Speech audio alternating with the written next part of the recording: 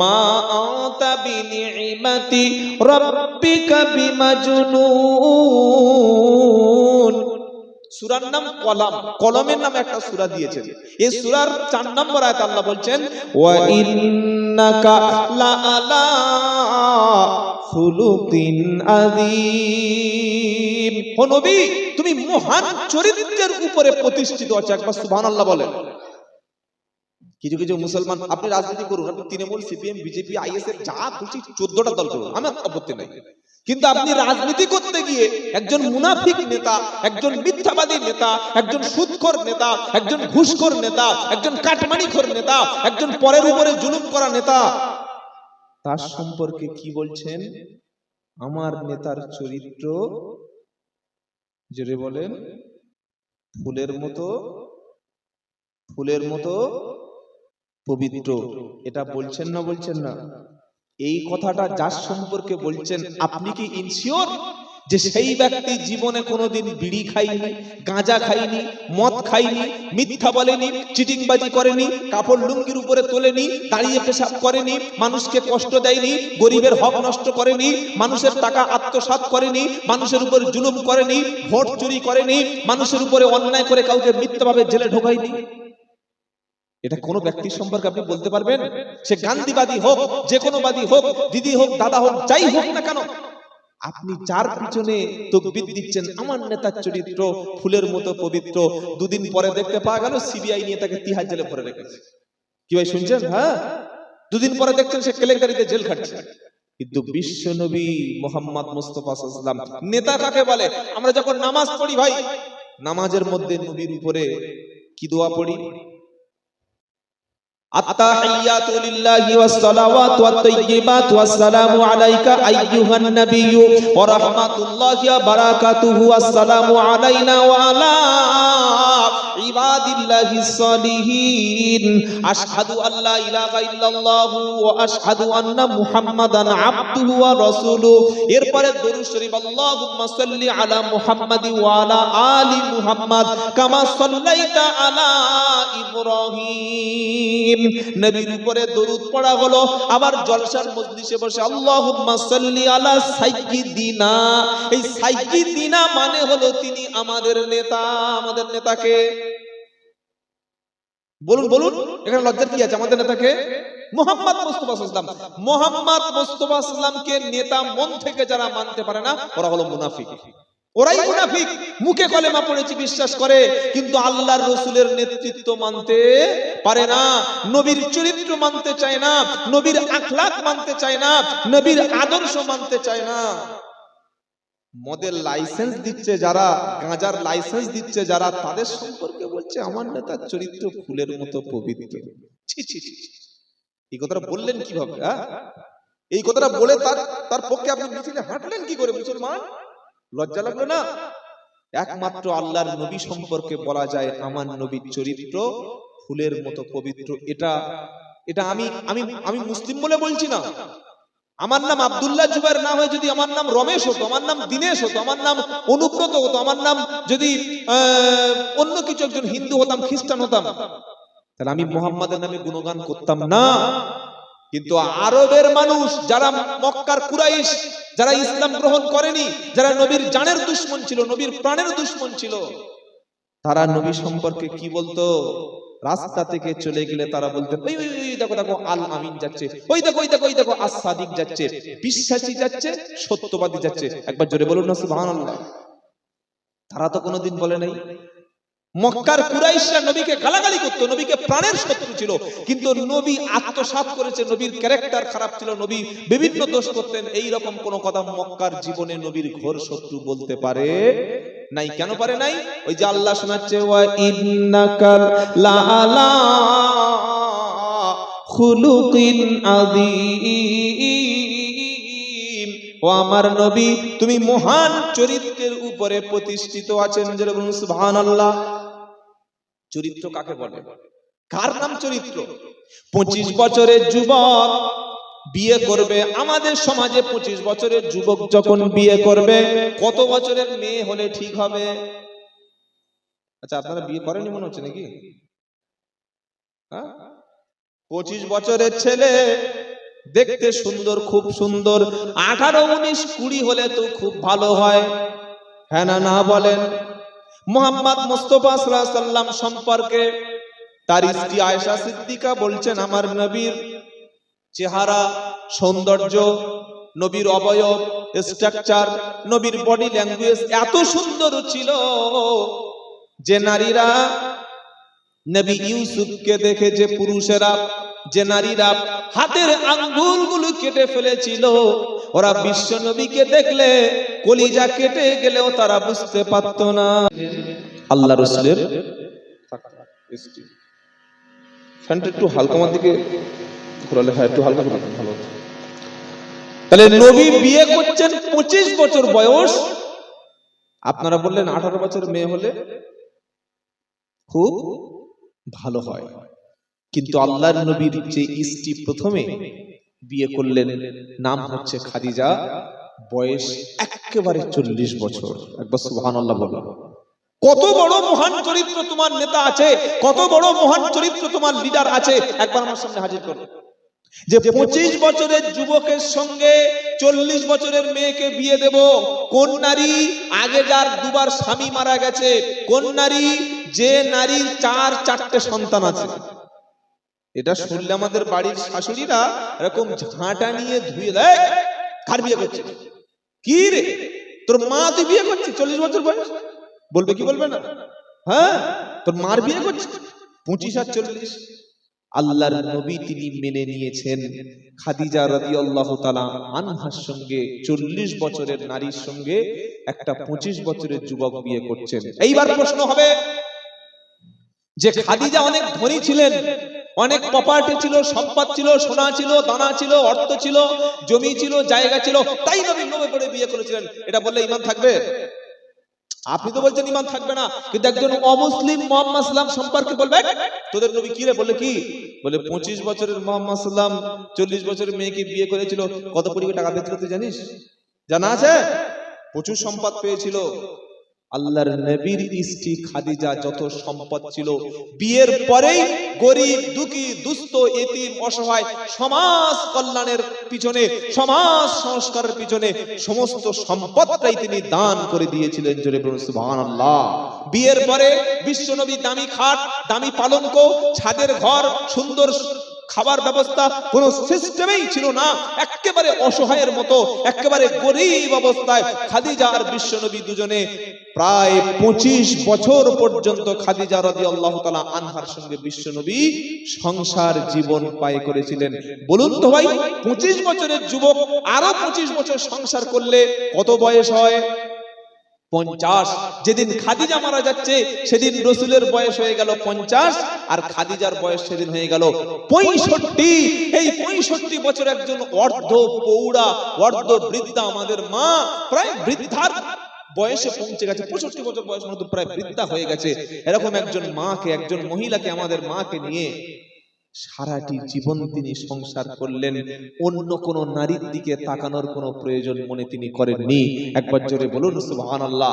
এইবার 51 থেকে বাকি 63 বছর, এই 12 বছর বয়স পর্যন্ত যতগুলো বিয়ে করেছিলেন, কেউ ছিল 2 সন্তানের মা, কেউ ছিল 3 সন্তানের মা, কেউ ছিল 4 সন্তানের মা। বাকি প্রত্যেকটি স্ত্রী ছিল বিধবা, পৌড়া। এক্সেপশন কে, ব্যতিক্রম হচ্ছে রাসূলের সবচাইতে কুমারী স্ত্রী একজন ছিলেন, নাম হলো আম্মা জান আয়েশা সিদ্দিকা রাদিয়াল্লাহু তাআলা আনহা। আয়েশা সিদ্দিকা সম্পর্কে নবীজি বলেছেন, আয়েশা ফাআনতি জাওজাতি ফিদ দুনিয়া ওয়াল আখিরা, তুমি আমার দুনিয়া এবং আখিরাতের স্ত্রী। জোরে বলুন সুবহানাল্লাহ। আয়েশা সিদ্দিকার বিয়ের আগে ফেরেশতারা আয়েশা সিদ্দিকার ছবিটা, তার চেহারাটা নিয়ে রুমালের মধ্য দিয়ে বিশ্ব নবীর সামনে উপস্থিত করে বলেছিলেন, নবী আগামীতে এই আয়েশা সিদ্দিকা আপনার স্ত্রী হিসাবে আল্লাহ কবুল করে নেবেন। সুবহানাল্লাহ পড়ে। 3 নম্বর হলো আয়েশা সিদ্দিকার 3 নম্বর কোয়ালিটি হলো তিনি ছিলেন এমন একজন মহিলা যে মহিলার মধ্যে কোরআনের হাফেজা ছিলেন। 30 পারা কোরআন আল্লাহর নবীর স্ত্রী আম্মা জান আয়েশা সিদ্দিকা সম্পূর্ণ মুখস্থ করে নিয়েছিলেন।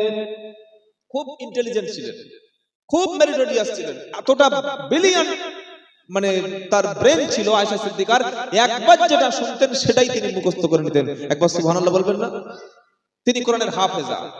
4 নম্বর হলো আম্মা জান আয়েশা সিদ্দিকা রাদিয়াল্লাহু তাআলা আনহা, তিনি বিশ্ববিখ্যাত একজন আলিমা ছিলেন, এত জ্ঞানের অধিকারী ছিলেন, সাহাবারা কোন প্রশ্নের ব্যাপারে যখন সম্মুখীন হতো আম্মা জান আয়েশা সিদ্দিকা রাদিয়াল্লাহু তাআলা আনহা তার কাছে গেলে প্রশ্নের উত্তরটা সঙ্গে সঙ্গে সাহাবারা পেয়ে যেতেন।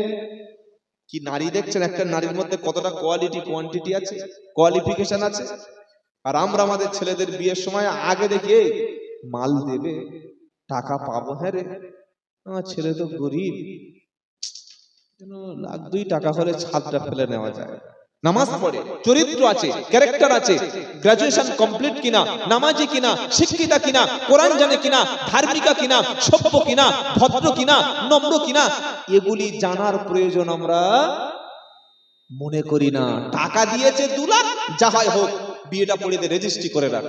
কি ভাই, জীবনের সবচাইতে বড় ভুল এই জায়গায়, ছেলের বিয়ে দেওয়ার সময় অর্থ দেখে, সম্পদ দেখে ঝাঁপিয়ে পড়া। আর বর্তমান ছেলেরা সুন্দরী দেখলেই তার পিছনে ঘুরঘুর ঘুরঘুর করে পাগল হয়ে কাজ ছেড়ে বসে আছে, কিন্তু যে আপনার জীবনের 12টা বাজিয়ে দেবে, শেষ করে দেবে, সেটা আপনি ভাবতে পারছেন না।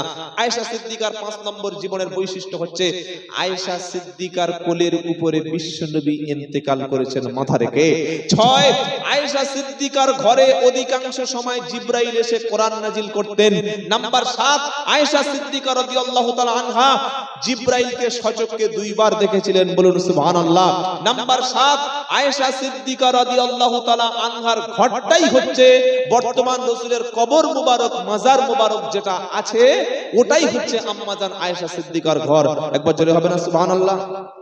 8 নাম্বার হলো আয়েশা সিদ্দিকা একমাত্র রাসূলের স্ত্রী, যে স্ত্রী হচ্ছে কুমারী স্ত্রী, বাদ বাকি সব স্ত্রীগুলি বিধবা ছিলেন।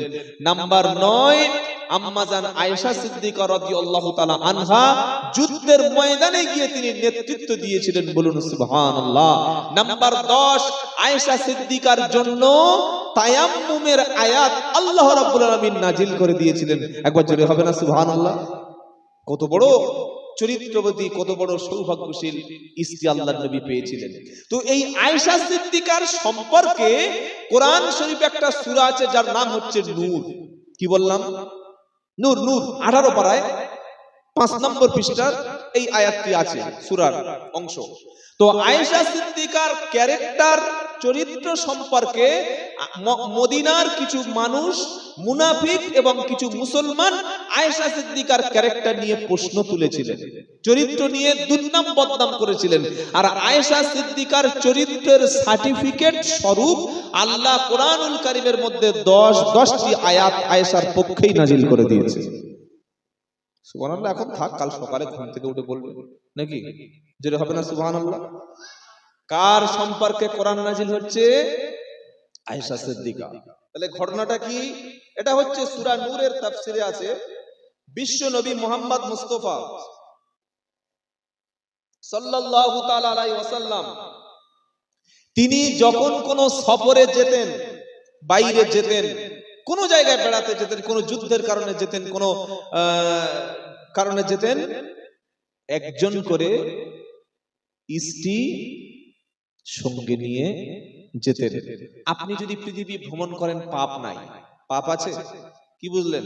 সিরু ফিল আরদি ফানদুরু কাইফা কানা আকিবাতুল মুকাদ্দিবিন। নারায়ে তাকবীর। আচ্ছা, আল্লাহু আকবার বললে আপনাদের কি মানে সব মুন্ডু কেটে নেওয়া হবে নাকি? হ্যাঁ, এটা বলতে ভয় কি আছে? আল্লাহর নাম নেবেন না? নারায়ে তাকবীর, তাকবীর, তাকবীর। আল্লাহ শোনাচ্ছে, কি বলছে? সিরু ফিল আরদি ফানদুরু কাইফা কানা আকিবাতুল মুকাদ্দিবিন। আল্লাহ বলছেন পৃথিবীটা ভ্রমণ করো। আমরা তো এই বছরে একবার খুব মনে হলো দীঘা, আর একটু বুড়ো বয়সে বউ নিয়ে আজমির, আর টাকা থাকলে মরার আগে ওমরা। এটাই তো আল্লাহ কি বলছেন, সিরু ফিল আরদি ফানদুরু কাইফা কানা আকিবাতুল মুকাদ্দিবিন। আমার পৃথিবীটা তুমি ভ্রমণ করে দেখো, ফেরাউনের রাজপ্রাসাদ দেখো, মিশরের কায়রোয় চলে যাও, তার লাশটা দেখে শিক্ষা গ্রহণ করতে পারবে। নবী ইউসুফ আলাইহিস সালামকে যে কুয়ায় ফেলে দেয়া হয়েছিল, ওখানে গিয়ে দাঁড়ালে তার ভাইদের শত্রুতা সম্পর্কে তুমি জানতে পেরে যাবে। ইব্রাহিম আলাইহিস সালামকে যে আগুনে পোড়ানো হয়েছিল, ওখানে গেলে নবী ইব্রাহিম আলাইহিস সালামের ঈমানের পরীক্ষাটা কেমন ছিল এটা তুমি জানতে পেরে যাবে। তুমি যদি মিশরে চলে যাও, তুর পর্বতে যদি চলে যাও, মুসা নবী আল্লাহর সঙ্গে যেখানে কথা বলতেন ওই জায়গাটা তুমি দেখতে পেয়ে যাবে। তুমি যদি দিল্লিতে চলে যাও, লালকেল্লা, দিল্লিতে যদি জুমা মসজিদে চলে যাও, মুঘল বাদশাদের স্থাপত্য সম্পর্কে দেখতে পাবে।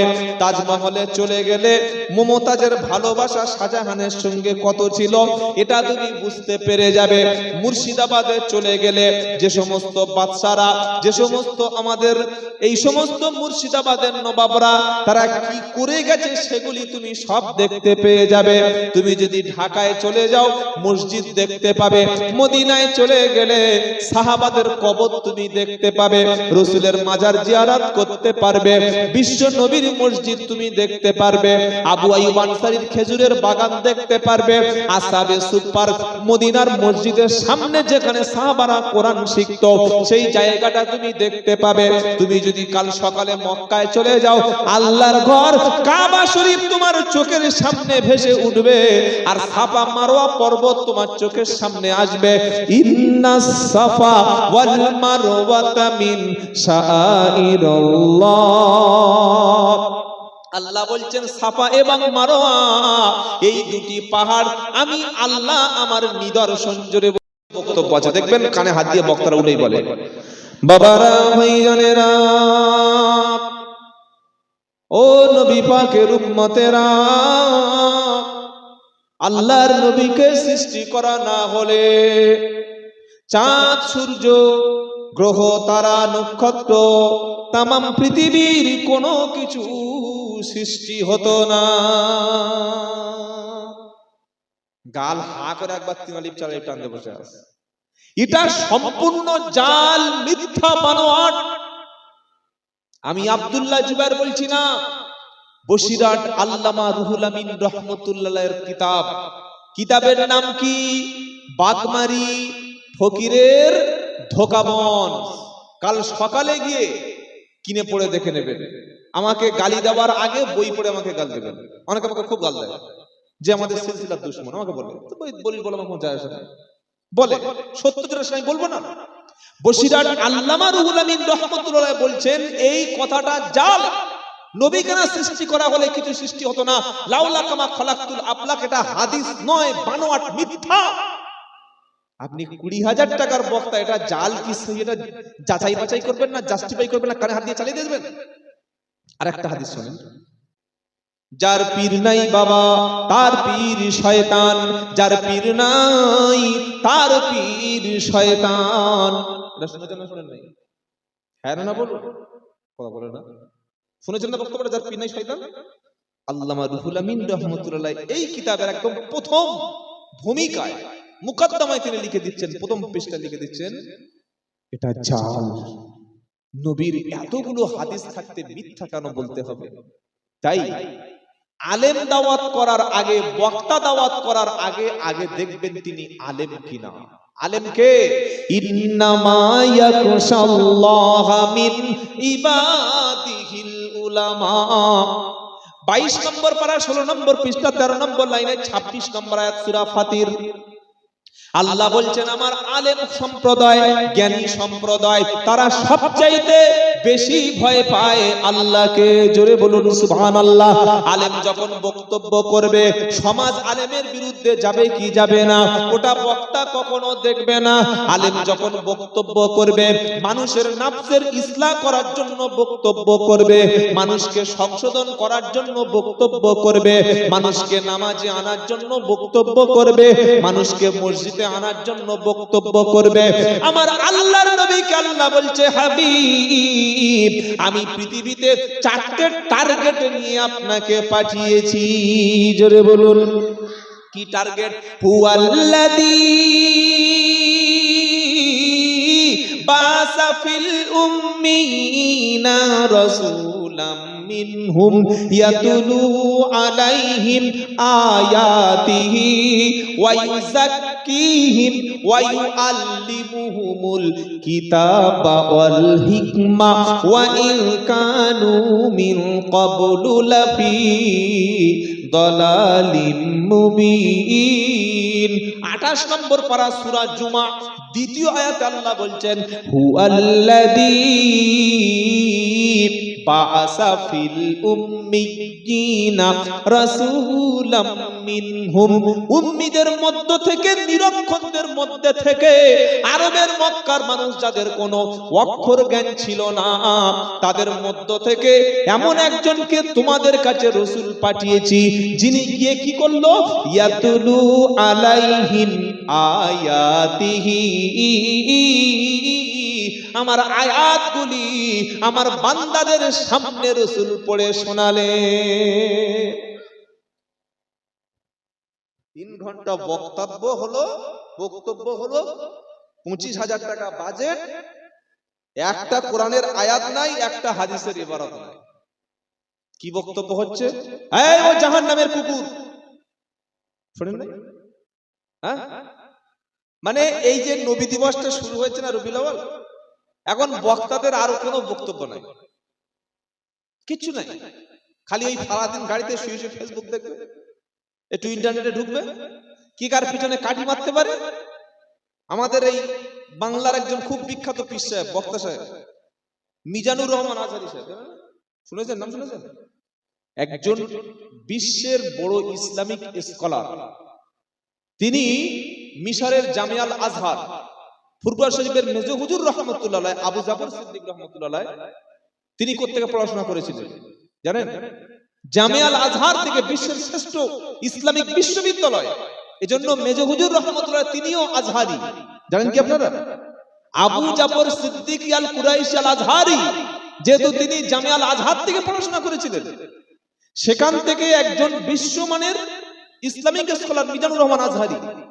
আমি তার পক্ষে বলতে আসিনি, কিন্তু কি একজন ইসলামিক শিক্ষিত পণ্ডিত ব্যক্তিকে কাফের আর জাহান্নামের কুকুর বলছে। আমাদের কিছু নাদান আর কিছু মূর্খ আর ভক্তরা হ্যাঁ হুজুর ঠিক বলেছে।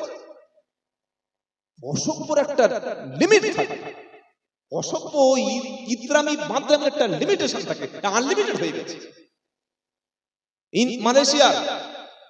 মালয়েশিয়ার সবচাইতে বড় ইসলামিক ইউনিভার্সিটি থেকে তিনি পিএইচডি করেছেন, ডক্টরেট করেছেন, মানে ডাক্তার না, ডক্টরেট। একটা বিষয়ের উপরে গবেষণা করে ডক্টরেট করা যায়, এবং বিশ্বমানের একজন ইসলামিক স্কলার, যার লক্ষ লক্ষ শিক্ষিত ফলোয়ার্স আছে। আলহামদুলিল্লাহ বলেন, প্রচুর মানুষ তার কথা শোনে, অনেক অমুসলিম তাদের কথা শোনে। সেই মানুষগুলোকে আমরা পাইকারি ভাবে কি বলছি? জাহান্নামী, জাহান্নামের কুকুর, জাহান্নামের মুনাফিক। যে বলছে সে নিজেই জান্নাতি কি নিজে জাহান্নামী, ওইটা তার কাছে জানা নেই। পৃথিবীতে আমার ক্ষমতা আছে আমি কাউকে জান্নাতি বা জাহান্নামী বলবো? আমি নিজেই তো জানি না। একজন সাহাবা যুদ্ধের ময়দানে একজন অমুসলিমকে হত্যা করছেন, গলায় ছুরি বসিয়ে দেবেন। ওই সময় অমুসলিম আর বলল, ভাই লা ইলাহা ইল্লাল্লাহ, লা ইলাহা ইল্লাল্লাহ, আমি মুসলমান, আমি মুসলমান। সঙ্গে সঙ্গে গলা কেটে দিয়েছে। নবীর কাছে সাহাবারা বললেন, হুজুর এই লোকটা একটা ওই যুদ্ধের ময়দানে একজন অমুসলিম মৃত্যুর সময় কলেমা পড়ে নিয়েছিল, তবু তাকে হত্যা করে দিয়েছে। নবী বলেন, এদিকে এসো, এদিকে এসো, তুমি এই কাজটা কেন করলে? বললে, হুজুর ও তো আমাদের বিরুদ্ধে যুদ্ধ করতে এসেছিল, কিন্তু যখন আমি ওর মারতে গেছি ও মরণের ভয়ে কলেমা পড়েছে। আল্লাহর নবী প্রচন্ড রেগে গেলেন। নবী এমনি রাখতেন না, রেগে গিয়ে বললেন, শোনো, ওই ব্যক্তি মরণের ভয়ে পড়েছে কি সত্যিকার পড়েছে? তুমি অন্তরটা চিরে দেখেছো? তুমি অন্তরটা চিরে দেখেছিলে? তাহলে তুমি তার অন্তরের হালত জানো না। তার মনের মধ্যে কি আছে, তার মনের মধ্যে তার খুলুসিয়াতটা কি আছে তুমি জানো না। তুমি বাইরের থেকে কিভাবে তাকে জাস্টিফাই করতে পারো, হ্যাঁ, যে সে মরার ভয় পড়েছে। এজন্য কাউকে জাহান্নামী মুনাফিক একজন হাক্কানি আলেমদেরকে গালাগালি করা হচ্ছে। আরে এই নিয়ে সোশ্যাল মিডিয়া ফেসবুক ইউটিউবে ঢুকলে ওর জাহান্নামী কুকুর, এ বলছে ঠিক বলেছে, এ বলছে ঠিক বলে। কেন রে ভাই, আমার আমলটা কি আছে? আমার নিজের আমলের তো ঠিক নাই, আমি নিজেই জান্নাতি কি জাহান্নামী জানি না। আল্লাহু আকবার। সেজন্য আমরা কাউকে জাহান্নামের কুকুর, কাউকে মুনাফিক, সিলসিলার দুশমন, আলেমদের দুশমন, মুসলমানের দুশমন, এইসব আজে বাজে কথা বলে মানুষকে ভুল বোঝানো যাবে না। আমরা কেন একজন অমুসলিমকে আমার কাছে টেনে নিতে পারি না? বিশ্ব নবীর মসজিদে ইহুদিরা আসতো না, আসতো না বলুন, জোরে বলুন। ইহুদিরা আসতো, মুশরিকরা আসতো, মুশরিক মহিলারা আসতেন। আল্লাহ নবী কোলে টেনে নেননি, তিনি খেতে দেননি, তিনি দস্তরখানে বসিয়ে দেননি, মদিনার মসজিদের ভিতরে এসে ইহুদি পেশাব করে যাননি। এরা বর্তমান যারা জাহান্নামের কুকুর বলছে, এরা তো নবীর যুগের লোক হলে তো ওকে সঙ্গে সঙ্গে মুন্ডু কেটে উড়ে দিত মদিনার মসজিদে পেশাব করার দায়ে। ইসলামটা হচ্ছে বট মাইন্ডেড, আর আমরা ন্যারো, এত ছোট মন। আমি জান্নাতি, আমার বাপ জান্নাতি, আমার দাদু জান্নাতি, আমার তরিকা জান্নাতি, সব জাহান্নামের কাফের, সব কুকুর। কেন এগুলো বলবো কেন বাবা? আমি জান্নাতি আর কেউ জান্নাতে গেলে আমার সমস্যাটা কোথায়? হ্যাঁ, সকলকে মনের কাছে বড় জায়গা। ইসলাম কি বলেছে? আল্লাহ, রসুল আর কোরআন শুধুমাত্র মুসলমানদের নয়। প্রচুর মুসলমান মনে করে যে আল্লাহ নবী মুসলমানদের নবী। সবাই শুনেছেন? আল্লাহ শোনাচ্ছে, ইয়া আইয়ুহান নাসু ইন্নী রাসূলুল্লাহি ইলাইকুম জামিআ। 9 নম্বর পারা, 12 নম্বর, 9 নম্বর পৃষ্ঠা, 12 নম্বর লাইন, 157 নম্বর আয়াত, সূরার নাম আরাফ। আল্লাহ বলছেন, ইয়া আইয়ুহান নাসু ইন্নী রাসূলুল্লাহি ইলাইকুম জামিআ। বিশ্ববাসী, মুসা নবী ছিল সেই এলাকার নবী, ঈসা নবী ছিল সেই এলাকার নবী, দাউদ ছিলেন সেই এলাকার নবী, সুলাইমান ছিলেন সেই এলাকার নবী, ইউসুফ নবী ছিলেন আঞ্চলিক নবী, ইয়াকুব ছিলেন অঞ্চল ভিত্তিক নবী, ইব্রাহিম ছিলেন অঞ্চল ভিত্তিক নবী, ইসমাইল ছিলেন এলাকা ভিত্তিক নবী। কিন্তু আমি নবী শুধুমাত্র মক্কার নবী না, আমি নবী শুধুমাত্র মদিনার নবী না। তাহলে নবী কি নবী? জোরে বলেন। বিশ্ব নবী। জোরে বলেন না কি নবী? ইয়া আইয়ুহান নাসু ইন্নী রাসূলুল্লাহি ইলাইকুম জামিআ। বিশ্ববাসী, ও হিন্দু, ও খ্রিস্টান, জৈন, বৌদ্ধ, নাসারা, সাদা কালো, দেশি বিদেশি, পৃথিবীর সমস্ত মানুষ, যে মানুষদের জন্য, বিশ্ববাসীর জন্য, সমস্ত মানুষের জন্য আল্লাহ রাব্বুল আলামিন আমাকে নবী করে পাঠিয়েছে। আমরা কি বললাম? আমি জান্নাতি, আমার সঙ্গে আমার তরিকা জান্নাতি, আমার দল জান্নাতি, আর যারা আমাদের পিছনে তাকবীর দেবে তারাও জান্নাতি। এই চিটিংবাজি কেন? কেন এই চিটিংবাজি ভাই? সব লোক তোমার দলে থাকলে কোনো মানে আছে? আল্লাহর নবী তো কোনোদিন কাফের মুশরিকদেরকে জাহান্নামী বলে তাদেরকে মসজিদ থেকে বার করে দেয়। তাহলে নবী শুধুমাত্র মুসলমানদের নবী নয়। আবার আল্লাহ বলছে, পারা নাম্বার 22, সূরার নাম সাবা, আয়াত নাম্বার 28, আবার আল্লাহ বলছে কি? ওয়ামা আরসালনাকা ইল্লা কাফাতাল লিন্নাস। ও বিশ্ববাসী, বিশ্বের সমস্ত মানুষদের জন্য আমি আপনাকে পাঠিয়েছি। বলুন সুবহানাল্লাহ। আপনি গোটা বিশ্ববাসীর নেতা, শুধুমাত্র মুসলমানদের নবী আল্লাহর নবী নন, তিনি অল ওভার দা ওয়ার্ল্ড, সারা পৃথিবীর জন্য বিশ্ব নবী। জোরে হবে না সুবহানাল্লাহ?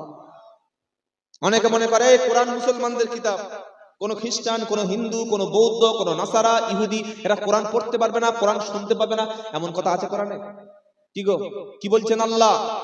শাহরু রমাদানাল্লাযী উনজিলা ফীহিল কুরআন হুদাল লিন্নাস। 2 নম্বর পারা, 7 নম্বর পৃষ্ঠা, 1 নম্বর লাইন, 185 নম্বর আয়াত, সূরা বাকারা। আল্লাহ বলছেন, আমি আল্লাহ রমজান মাসে এই কুরআনটা পাঠিয়েছি। শুধু মুসলমানরা পড়বে, ইমাম সাহেবরা পড়বে, মৌলবীরা পড়বে, বক্তারা পড়বে, নবীর উম্মতেরা পড়বে। এজন্য কি মনে হচ্ছে তাই? হ্যাঁ, ঠিক বলেছেন। কি বলছেন আল্লাহ? হুদাল্লিন হুদাল্লিন নাস, গোটা বিশ্ববাসীর জন্য হেদায়েতের কিতাব। সুবহানাল্লাহ বলেন, বলুন না সুবহানাল্লাহ। আমার মুসলমানদের কিতাব না, কোরআন শুধুমাত্র মুসলমানদের নয়, গোটা পৃথিবীবাসীর মানুষদেরকে ভালো বানানোর জন্য আল্লাহ কোরআন পাঠিয়েছেন। বলুন সুবহানাল্লাহ।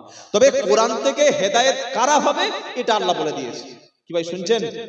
আলিফ লাম মিম যালিকাল কিতাবু লা রাইবা ফীহি হুদাল্লিল, হুদাল্লিল, হ্যাঁ মজা বুঝলে তবে মজা লাগে।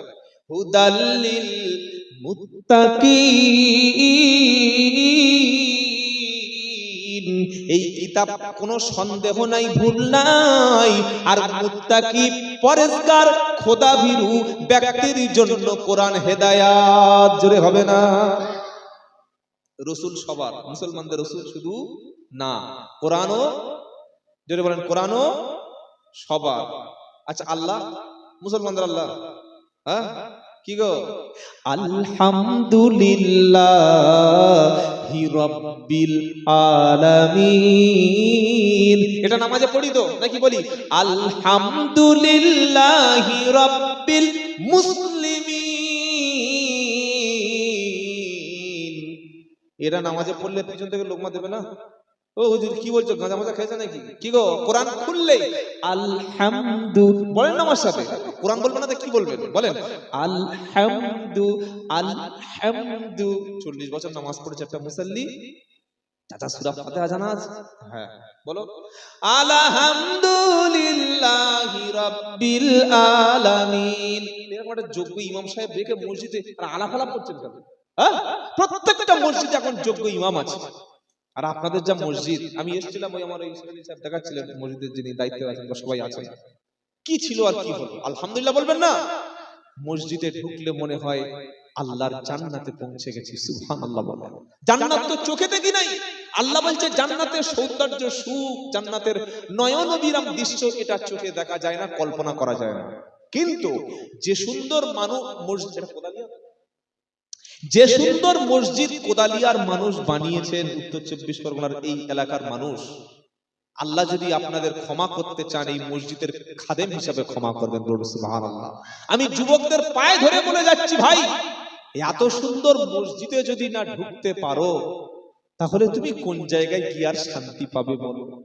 পৃথিবীর শ্রেষ্ঠ শান্তির জায়গা, পৃথিবীর সবচাইতে নীরব জায়গা, পৃথিবীর সবচাইতে কাঁদার জায়গা। আপনি ক্লাবের সামনে গিয়ে কাঁদেন তো, আমার ছেলে মরে গেছে, আমার টাকা দরকার, চাকরি নাই। ক্লাব ছেলে এই পাগলা নিয়ে যা, পাগলা নিয়ে গ্যারেজে ভরে দিয়ে, বলবে না বলবে না? তৃণমূলের পার্টি অফিসের সামনে কাঁদুন, প্রথমে একটা ত্রিপল দেবে, 1002 টাকা দেবে, হয়তো কিছু মালটাল দিল, তারপরে গিয়ে কাঁদলে ঝাঁটা দিয়ে খাওয়ার জন্য এখানে কাঁদতে, বলবে না বলবে না? বিজেপির পার্টি অফিসের সামনে কাঁদুন, ও দুদিন পরে ঝাঁটা মারবে। কংগ্রেসের পার্টি অফিসের সামনে কাঁদুন, ও দুদিন পরে ঝাঁটা মারবে। পৃথিবীর কোনো ঘরে গিয়ে, কোনো জায়গায় গিয়ে কেঁদে মনটা তৃপ্তি হয় না।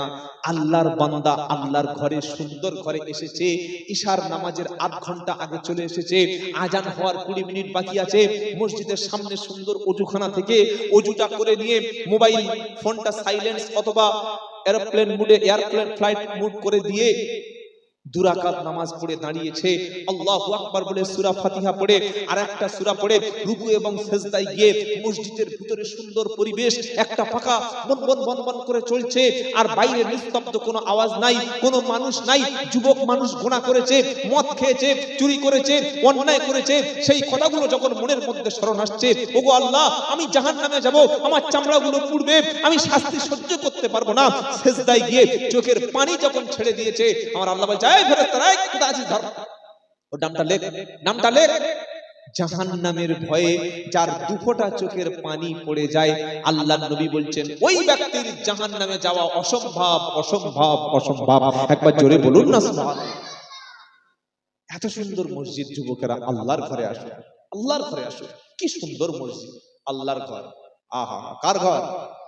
কবি কাজী নজরুল ইসলাম কি সুন্দর বলতেন, মসজিদেরই পাশে আমার কবর দিও ভাই, যেন গোর থেকে মুয়াজ্জিনের আজান শুনতে পাই। নারায়ে তাকবীর। কবির ইচ্ছা যেমন আর আল্লাহ কবুলও করেছেন তেমন। সুবহানাল্লাহ বলবেন না?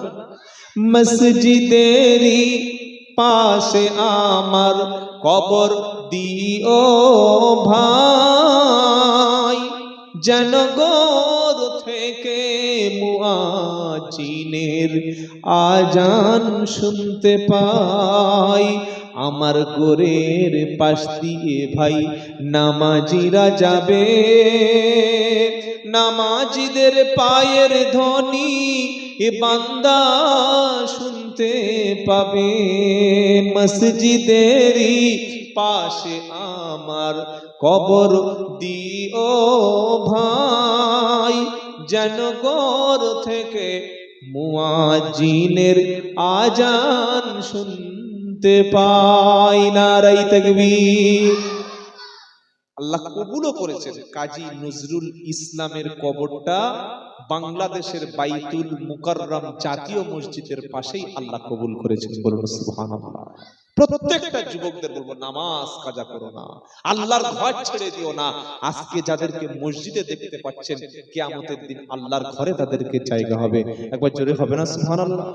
আর বেঁচে থাকতে সুস্থ অবস্থায় যদি মসজিদে আমরা না যেতে পারি, জান্নাতে যাওয়ার কোনো সুযোগ থাকবে না। কথা মনে থাকবে ইনশাআল্লাহ। তাহলে শোনাচ্ছিলাম আল্লাহর নবীকে আল্লাহ পাঠিয়েছেন পৃথিবীতে কেন? হুয়াল্লাযী বাআসা ফিল উম্মিয়িনা রাসূলাম মিনহুম ইয়াতলু আলাইহিম আয়াতিহি, যিনি মানুষের কাছে আল্লাহর আয়াতগুলো তেলাওয়াত করবে।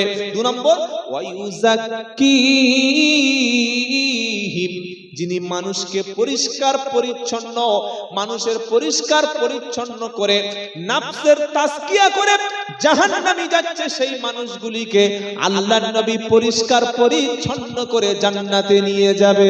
জোরে বলেন। 3 নম্বর ওয়ায়ুআল্লিমুহুমুল কিতাব, আর বিশ্বনবী আল্লাহর কিতাবের জ্ঞান ইলম তিনি মানুষের মধ্যে বিতরণ করবেন। সুবহানাল্লাহ বলেন। ওয়ায়ুআল্লিমুহুমুল কিতাব, যিনি মানুষের কিতাব শিক্ষা দেবেন। আর কি? ওয়াল হিকমাতা, ওয়াল হিকমাতা, জ্ঞান ও বিজ্ঞানের শিক্ষা বিশ্বনবী তার উম্মতকে দিয়ে দেবেন। সুবহানাল্লাহ বলেন। এটা বলে আল্লাহ বলছেন ওয়া ইন কানু মিন ক্বাবলু লাফি দালালিম মুবিন। আর এই কিতাবটা আসার আগে, কোরআন আসার আগে তোমরা ছিলে পথভ্রষ্ট, সুস্পষ্ট গোমরা। আল্লাহু আকবার। 4টে জিনিস দিয়ে নবীকে পাঠিয়েছেন।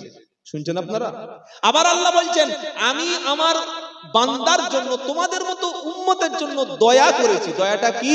লাকাদ মান্নাল্লাহু আলাল মুমিনিনা ইদ বাসা ফীহিম রাসূলাম মিনহুম ইয়াতলু আলাইহিম আয়াতিহি ওয়া ইউযাক্কিহিম ওয়া ইউআল্লিমুহুমুল কিতাবা ওয়াল হিকমা ওয়া ইন কানু মিন ক্বাবলু লাফি দালালিম মুবিন। সূরা আল ইমরান 4 নম্বর পারা 10 নম্বর পৃষ্ঠা 12 নম্বর লাইন 164 নম্বর আয়াত। লাকাদ মান্নাল্লাহু আলাল মুমিনিনা ইদ বাআসা ফীহিম রাসূলাম মিন আনফুসিহিম। সুবহানাল্লাহ। আল্লাহ বলছেন মুমিনদের উপরে আমি আল্লাহ দয়া করেছি। দয়াটা কি? লাকাদ মান্নাল্লাহু আলাল মুমিনিন ইদ বাআসা ফীহিম রাসূলাম মিনহুম, তাদের মধ্য থেকে, আমার বান্দাদের মধ্য থেকে তোমাদের কাছে রাসূল পাঠিয়েছি। সুবহানাল্লাহ বলবেন না? আর ওই রাসূল কি করে? ইয়াতলু আলাইহিম আয়াতিহি, আমার আয়াতগুলি তেলাওয়াত করে শোনায়। ওয়া ইউযাক্কিহিম, রাসূল মানুষকে পরিষ্কার করে, পরিচ্ছন্ন করে, নফসের তাজকিয়া করে, মানুষকে পবিত্রতা শেখায়। আর কি? ওয়া ইউআল্লিমুহুমুল কিতাব, রাসূল মানুষকে কিতাবের শিক্ষা দেন। আর কি? ওয়াল হিকমাতা, জ্ঞান বিজ্ঞানের শিক্ষা দেন। আবার একই কথা বলছেন ওয়া ইন কানু মিন ক্বাবলু লাফি দালালিম মুবিন। কোরআন আসার আগে, কিতাব আসার আগে তোমরা তো বিভ্রান্ত গোমরাহ পথভ্রষ্ট ছিলে, কোরআন এসে তোমাদের জান্নাতের রাস্তা দেখিয়ে দিল। জোরে হবে না সুবহানাল্লাহ? তাহলে এতক্ষণ কি শুনলাম? আল্লাহও সবার, রাসূলও সবার, আর কোরআনও। আচ্ছা, আমরা যারা মুসলমান, আমরা গোটা বিশ্ববাসীর কল্যাণে আল্লাহ আমাদের পাঠিয়েছেন। সুবহানাল্লাহ বলেন।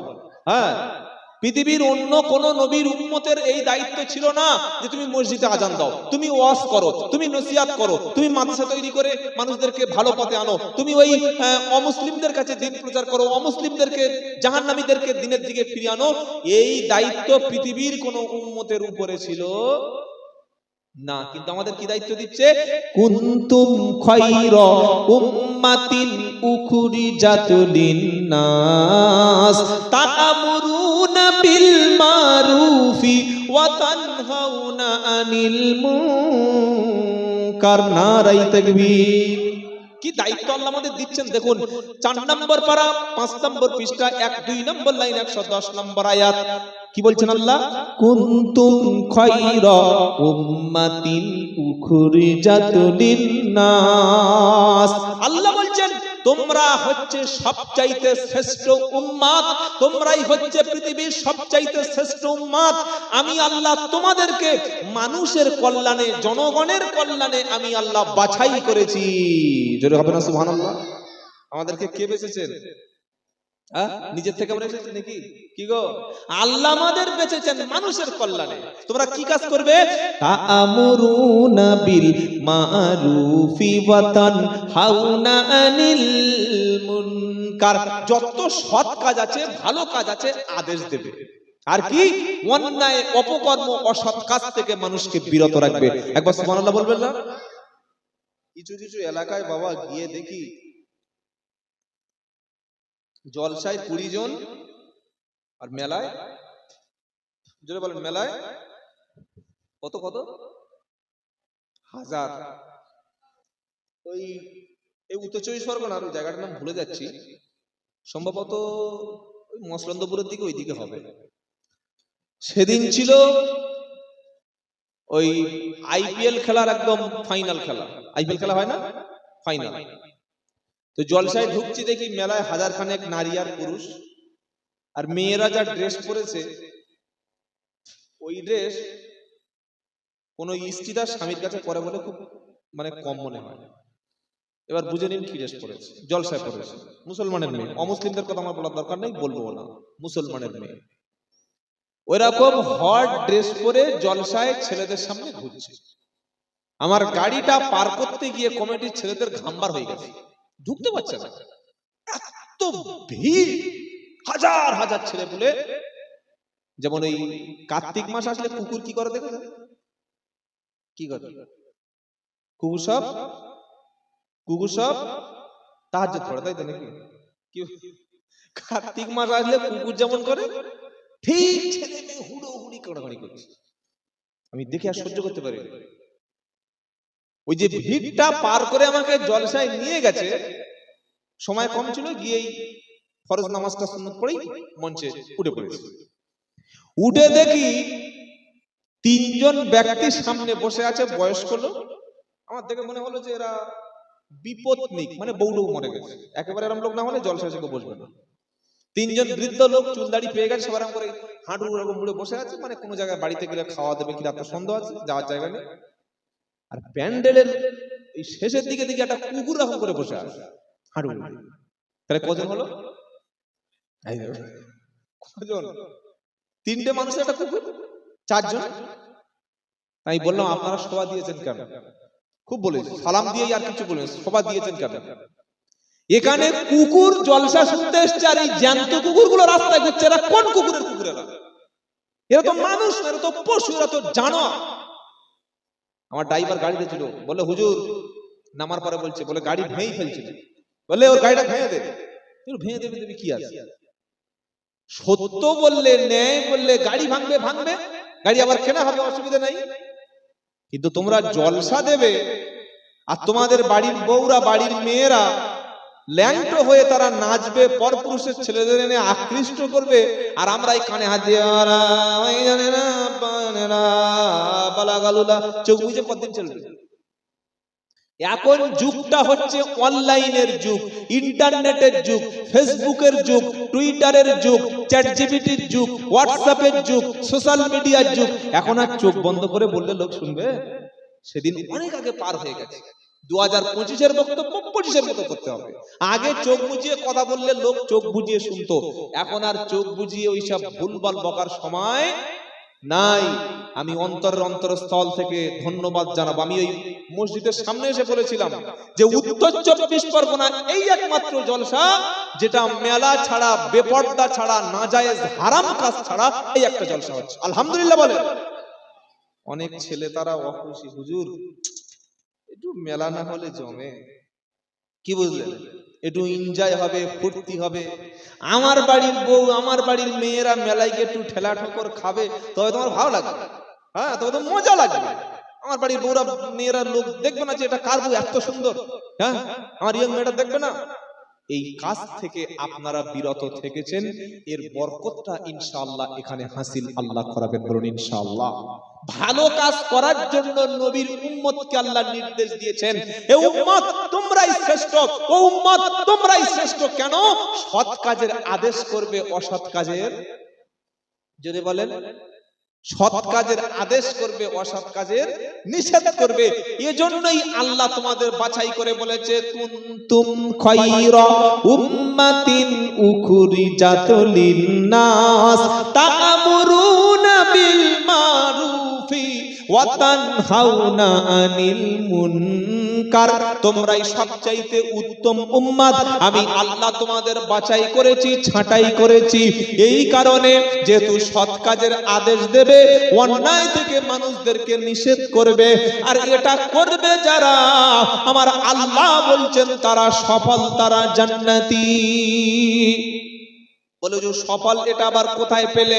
এই আয়াতটা 110 নাম্বার, এবার যে আয়াতটা বলবো 105 নাম্বার, 4 নম্বর পারা, একদম আল ইমরান সূরার 2য় পৃষ্ঠার 7 নম্বর লাইনের 105 নম্বর আয়াত। ওয়াল তাকুম মিনকুম উম্মাতুন ইয়াদউনা ইলাল খায়র ইয়া'মুরুনা বিল মা'রুফি ওয়া ইয়ানহাউনা আনিল মুনকার ওয়া উলাইকা হুমুল মুফলিহুন। নারায়ে তাকবীর। আমার আল্লাহ বলছেন তোমাদের মধ্যে একদল লোক এমন থাকবে। এই আয়াতের তাফসিরে আল্লামা ইবনে কাসির, তাফসির ইবনে কাসিরের মধ্যে তিনি বলেছেন একদল লোক এমন থাকবে যারা মানুষদেরকে কল্যাণের দিকে, ভালো পথে ডাকবে। ওই মানুষরা হলো হাক্কানি আলেম উলামা। জোরে বলুন না সুবহানাল্লাহ। পেটের দিকে, পকেটের দিকে আমার দাওয়াত হবে কিনা, ইমামতি থাকবে কিনা, আমার মুরিদ থাকবে কিনা, মানুষ আমার ভালো কথা বলবে কিনা, আমি চলে যাওয়ার পরে মানুষ আমার খুঁজে খুঁজে ফোন নাম্বার নেবে কিনা, পাশের গ্রামে জলসায় দাওয়াত করবে কিনা, এই গ্রামে বক্তব্য করে গেলে মুরিদ আমার বাড়বে কিনা, ভক্ত আমার বাড়বে কিনা, ইমামতি করতে গেলে ইমামতি টিকবে কিনা, আলেম কখনো এটা ভাববে না। কোরআন শোনাচ্ছে ওয়ালতাকুম মিনকুম উম্মাতুন ইয়াদউনা ইলাল খায়র। তোমাদের মধ্যে এক শ্রেণীর ব্যক্তি থাকবে যারা মানুষদেরকে কল্যাণের দিকে, ভালোর দিকে ডাকবে। তাদের টার্গেট থাকবে দুটো। কি টার্গেট? হলো ইয়া'মুরুনা বিল মারুফি ওয়া ইয়ানহাউনা আনিল মুনকার। তারা সৎ কাজের আদেশ দেবে, অন্যায় থেকে মানুষকে ফিরাবে। জোরে বলুন। সমাজের সব মানুষ ভুল করলে আমিও ভুল করব, তাই তো নাকি? হ্যাঁ, কিছু কিছু মানুষ বলে যে সবাই বলছে, সবাই বলে আমি তাই করবো না। 10 যেখানে খোদা সেখানে, এটা বলি কি বলি না? এটা সম্পূর্ণ ভুল কথা।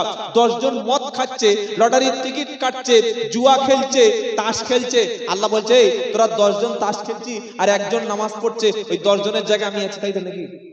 হ্যাঁ, পৃথিবীর 1 কোটি মানুষ যদি আল্লাহর দুশমনি করে, তারা যদি হারাম কাজের সঙ্গে লিপ্ত হয়, আমি তাই করব।